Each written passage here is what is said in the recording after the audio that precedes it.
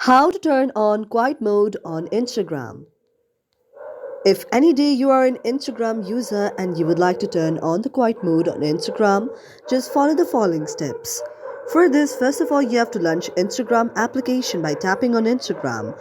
After that, you can go to your profile like icon on the downside and then to the three lines on the top. After tapping on the three lines on the top, you can see an interface like this. Now, after you see an interface like this, you have to go to the option of settings and privacy.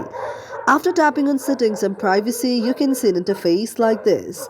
Now you have to tap on the option of notifications. After you tap on notification, you can see the option of quiet mode.